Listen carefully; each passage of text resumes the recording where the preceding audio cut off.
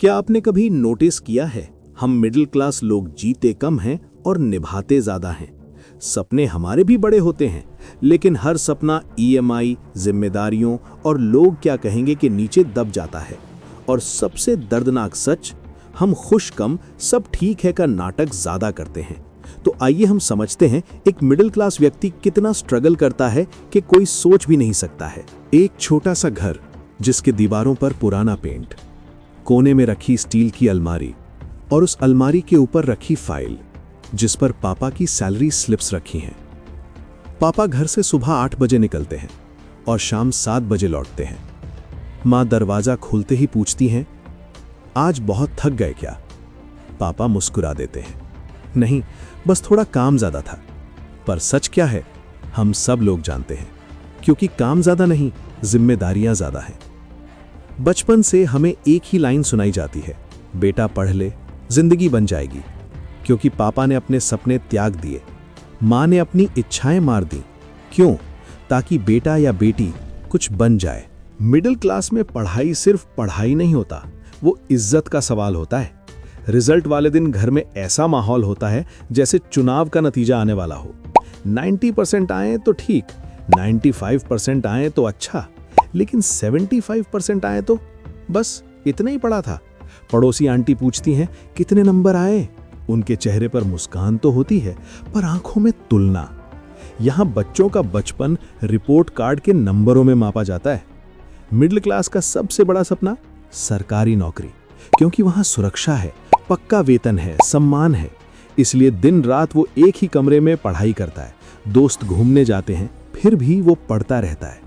लेकिन इसके बाद भी रिश्तेदार पूछते हैं, अब तक कुछ हुआ नहीं? और वो मुस्कुरा कर कहता है, तैयारी चल रही है।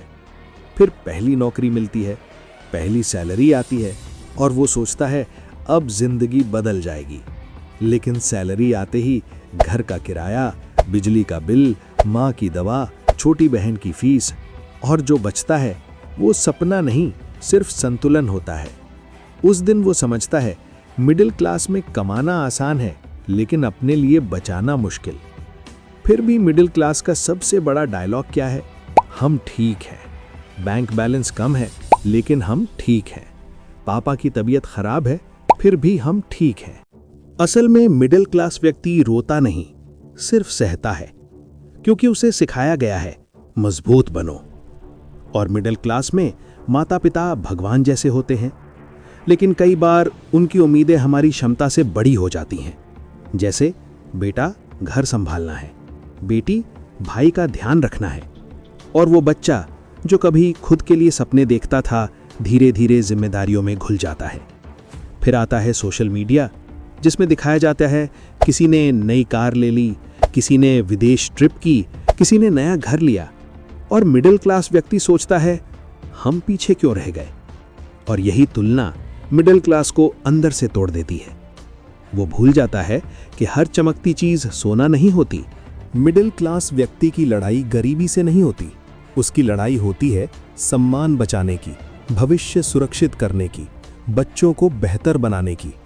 वो हर दिन थोड़ा थोड़ा समझौता करता है, अपने पसंद का फोन नहीं लेता, अपनी छुट्टियां टाल देता है, अपने शौक मार देता है। फिर एक दिन वो आईने में खुद को देखता है, बाल थोड़े सफेद हो गए हैं, चेहरे पर जिम्मेदारियों की लकीरें हैं, और वो सोचता है मैंने अपने लिए क्या किया?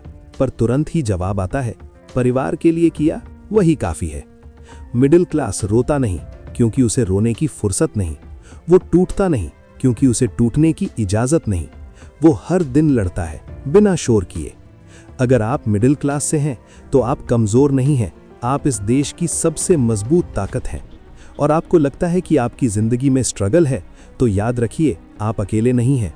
हर वो इंसान जो महीने के अंत में कैलकुलेटर लेकर बैठता है, हर वो माँ जो अपनी जरूरत टाल कर बच्चों की फीस भरती है, हर वो पिता जो दर्द छुपाकर मुस्कुराता है, वो सब इसी कहानी का हिस्सा है।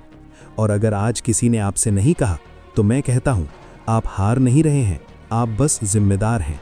और जिम्मेदार लोग हमेशा इतिहास नहीं बनाते, लेकिन इतिहास उन्हीं के कंधों पर खड़ा जरूर होता है।